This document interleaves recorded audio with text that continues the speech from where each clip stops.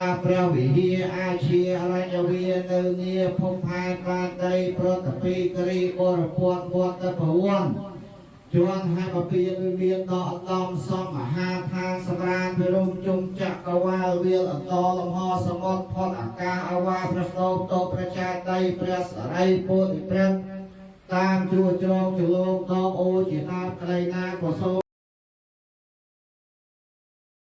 2569ហើយដំលោកជំទាវអស់លោកលោកស្រីដែលមានរាយនាមដូចខាងក្រោមទី1លោកសុនសំនិងលោកស្រីទូលសុភានី